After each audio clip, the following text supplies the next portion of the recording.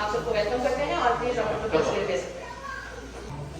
ये hand printing का नमूना है, ये खताती की जाती थी और उसके बाद ये इसके ऊपर पूरा प्रिंट करते हैं, बाद में इसके ऊपर कढ़ाई शुरू करते हैं। ये चारों कोनों पे लगने वाली सूरह इखलास जो है चारों कोनों पे है, ये वो है। और ये जो चीज़ें इस्तेमाल होती हैं प्रिंटिंग के लिए, ये वो कलर्स हैं माशाल्लाह जी। इसके ऊपर उर्दू में भी लिखा हुआ है, इंग्लिश में भी लिखा है, इसको जूम कर लें आप। ये फ्रेम की तैयारी के लिए इस्तेमाल की जाने वाली चीज़ें हैं। पीस है जो हिजाम का, और इसके ये जो ब्लैक हुआ हुआ है ये चांदी, अगर इसको पॉलिश करेंगे तो ये साफ हो जाएगा, लेकिन इसका कपड़ा वैसा क्या वैसा ही है, यानी इतना ज़्यादा इस्तेमाल है, अभी बहुत सारे लोग इसको हाथ लगाते हैं, फिर भी इसकी क्वालिटी इतनी अच्छी है कि ये ख़राब नहीं है। सलम की जालियों पे मुबारक पे जो है ये गिलाफ लगा हुआ है इसी तरीके का, ये वहाँ से उतर के, और ये वाला काबतुल्लाह के अंदर का गिलाफ है। ये दोनों तकरीबन एक ही पैटर्न पे बनाए जाते हैं, ग्रीन कलर के दोनों पे। और ये कुछ हिस्सा जो है वो हिंदुस्तान में बना था कई सालों पहले, कई सौ साल पहले। ये उसका एक पीस उन्होंने यहाँ पे रखा हुआ है, ये बहुत पुराना है। और ये वाला मिस्र से बन के आया करता था जिस ज़माने में, 1000 साल तक मिस्र से बन के आता रहा। ये वो पीस है जो है मिस्र से बन के आया था। Thank you. पीसेस हैं क्योंकि ये अलग अलग होते हैं और बाद में जो है वो जोड़े जाते हैं। ये कोने में लगने वाला सूरह इखलास का पूरा, या बदीओ या हय्यू या कय्यूम या रहमान या रहीम और अल्लाह अकबर के पीसेस हैं जो काबतुल्लाह के कोनों में लगते हैं। और ये 1439 का बड़ा पीस है। आपके पीछे 303 का पीस है जो कि तकरीबन 50 साल पहले उस पुराना पीस है, और वहाँ पे भी एक ऐसी किस्म का पुराना पीस है। Thank you. ये सामने आप देख सकते हैं 1399 में बनाया गया था खाना काबा का मेन गेट वाला हिस्सा, जो कि प्योर गोल्ड से बना गया है।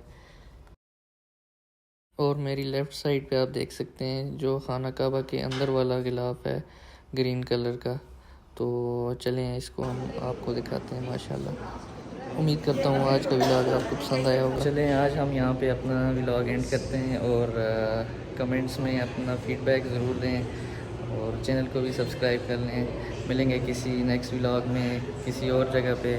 टिल देन अल्लाह हाफ़िज़, अपना ख्याल रखिएगा। Bye bye.